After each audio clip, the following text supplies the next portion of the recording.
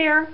Today I'm back to Project Life, and I'm going to be covering the last 2 weeks of June where I was here at home, and my husband was off on a fishing, family, babysitting trip, a variety of different things he was doing. So I have my photos, and I've cropped and printed them all on 4x6s, but I have multiple photos on each, and they're designed so that they can fit in a 4-inch long space. And so I have some that are 2 inches wide by 4 inches long, so several that are 2-inch squares. I even have some really small ones that are 1 inch wide by 2 inch long, but all of these will work out so that they go in 4-inch wide spaces. And here's our sketch. Unfortunately, I'm having some printer problems this morning, so I apologize for the appearance of this.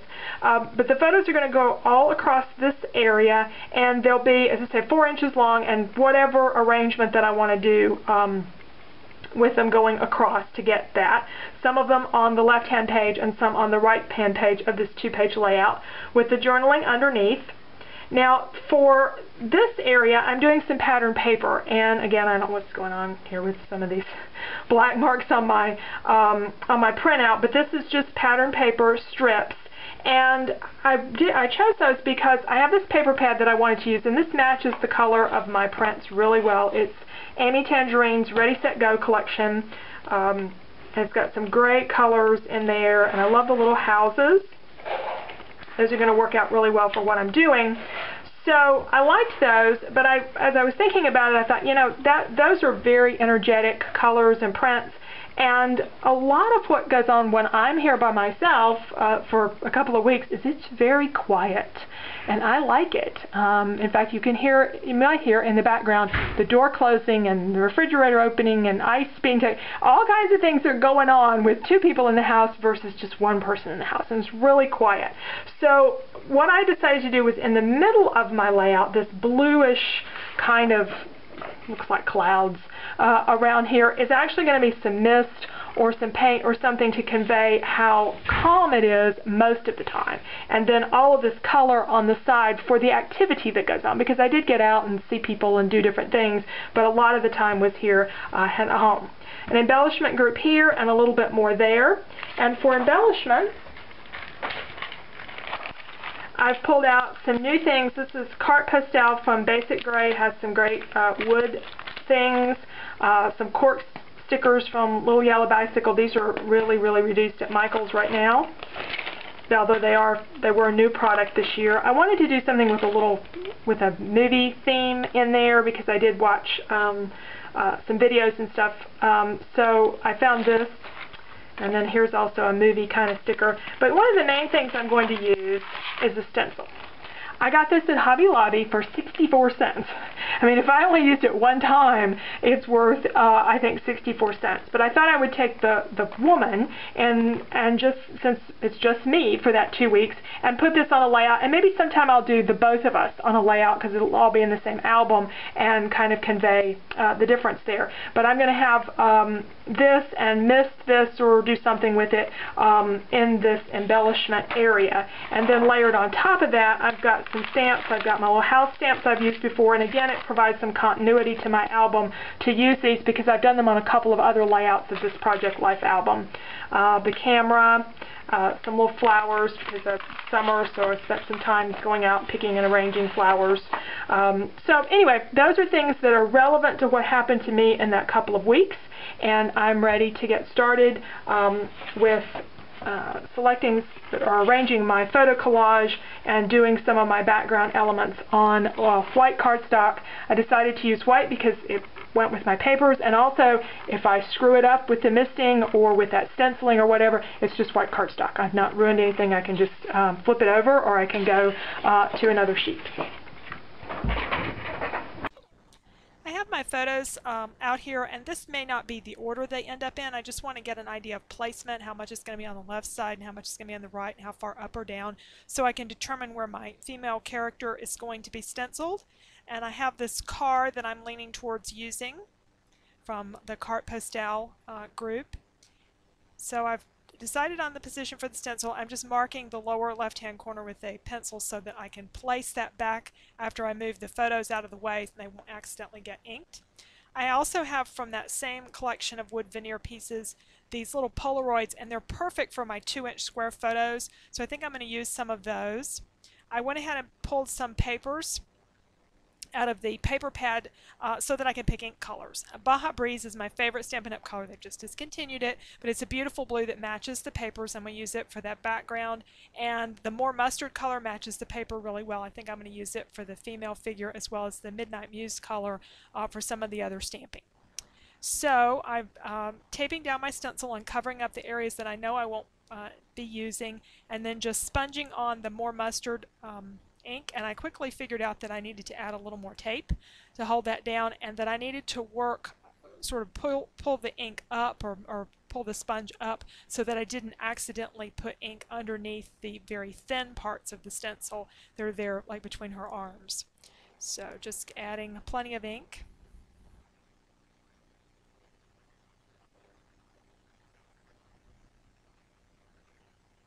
Okay, and now let's see how it's going to look. Take the tapes off. And that came out really good, and it's a perfect match for that house paper.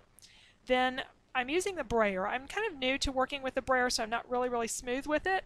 However, I don't really necessarily want a super smooth look. I just want to get some ink down behind my photos. Again, working with the Baja Breeze ink pad. I'm going to ink that up good with the brayer, and I'm just going to roll it along across, and I want to do both pages together, and that's why I taped them down.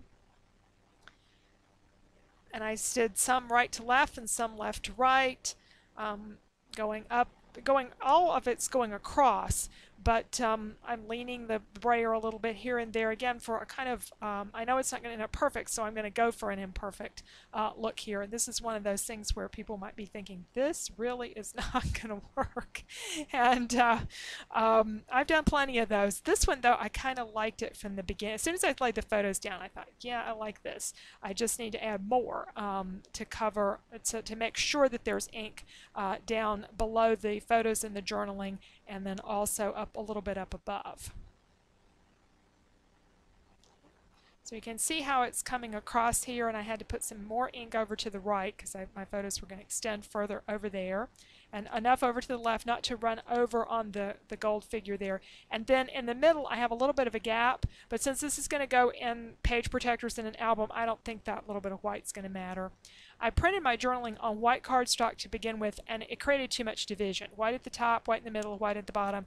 I didn't like that. So I went back and reprinted it on the Baja Breeze cardstock that matches that ink, and that will keep blue consistent all the way through the middle of the layout. I'm going to have to do a little bit of cropping and all underneath that one wood veneer piece there in order to not cover up my photo, and I'll show you that in a few moments. But for right now, I want to stamp my house in place, and I'm deciding on the car. I'm pretty certain I want the wood veneer piece, but I've also considered a car stamp that goes with that house. The problem with it is the car is facing the other way, and I really want everything facing towards the middle, and I like the dimension that the wood veneer piece adds. So I'm going to stamp the house in Midnight Muse. This is a fairly new color from Stampin' Up, so it's one of the new style of ink pads, and it stamps really well. I put that on and place my little car there, and I decided to add flowers. I was going to stamp some, and I decided to use a punch for them, again, to add some dimension. For a few minutes, though, I did consider cutting the house out of paper, but in the end, I really didn't want to cover up the female figure, so I left it. And I'm cropping this one photo down so that it won't get covered up with the wood veneer piece. It ends up being really small. I'm not worried about that because it's a photo of the farmer's market, and I know we're making fairly regular trips. I know there are going to be more pictures of that this summer, so that's okay. This red is a foil paper that I've had for a long time. I think I used on Christmas cards one time or something. And I want something that would really show up through that happy word. So I just put that in there, and it does show up very well on the finished product. I don't know if you can see it that well in the video, but it's a subtle addition, but it does give it a little bit more pizzazz than just sticking a plain paper underneath. So I'm ready to put my title on, and the left-hand side, the middle is about done, and now I have the right-hand side. I have the elements glued on. The only thing I haven't glued there so far is the little car, till I get my flowers and stuff in place. And I've pulled my papers out here because I'm ready to do these triangles. These are just going to be kind of not so precisely cut, but I am going to have one there on the end that will have to be more than 6 inches. So I'm going to have to turn the paper corner to corner. And you can do that with your 6-inch square papers and get, you know, a larger element. And I start to cut this with the scissors and realize that those long cuts, I wouldn't get them very precise unless I draw them out first. So it's going to be better done with a paper trimmer. So I'm going to do this off camera here. And they're just kind of randomly cut. They're not real precise, not they come down in straight lines on the side, but the ends maybe at an angle or whatever, that's fine. And I've got my punched flowers over there on the left that are going to have some brads. I have some from Stampin' Up! That are gemstone kind of brads that I've had for a while, and I might even put some in the wheels of the car. And over on the right I've got a couple of trouble spots. I have some paper that needs to go under that sticker, but that sticker's not moving, so it's going to have to be trimmed around. And these flowers are really bugging me. I don't like them up above the photo, but I felt like I need something over there, but I've moved them around and I'm just not really happy yet. So for the time being, I'm going to glue down the papers that I have, ink the edges, and glue those down, and we'll see kind of how things are coming together. Now I have everything on my layout, except I ran into a big problem, or well, what could have been a big problem. I've never had this situation before. I'm working with Basil cardstock. I think I bought it at Hobby Lobby, and I wanted to work with the smooth side. Well, what I didn't notice is that there's a branding strip. I don't think I've ever had cardstock with a branding strip. This should have been cut off, because really this cardstock is 12 inches wide and 12.5 inches long. So I've created a layout that won't fit in my page protectors. So I've got to do something, and I don't know whether to cut off the top or off the bottom or some of both. If I could cut off the bottom of the left side and the top of the right side, and I wouldn't disturb my design, but then the middle wouldn't line up. So no matter what I do, I consider cutting off the bottom, and then I think about maybe cutting off the top there. But it's going to impact things. So let's take a look at this in a moment, and you'll see what I ended up doing. All right, the sketch, going back to that, I did not use a subtitle, but otherwise I stuck to the sketch pretty cleanly. The cloud area there in the middle ended up being the brayered part of the layout with that blue color. The title, So Not Fishing, because I was not off fishing, I was home doing lots of other things. And then I've got my colorful strips here, and the corners don't come together like they originally did because I ended up cutting 1/4 of an inch off the top of both sheets and 1/4 of an inch off the bottom of both sheets, and that kept them more the same from one side to another. Because if I just cut off one side, one end, either the top or the bottom, I would have had one corner that everything lined up perfectly and another corner where it didn't. So that's what I ended up doing to fix my problem with the cardstock. And I put the flower down there in the lower right corner of the photo instead of up above it, and that seemed to help things out quite a bit. So thank you for watching, and I hope you'll check out my blog for more information.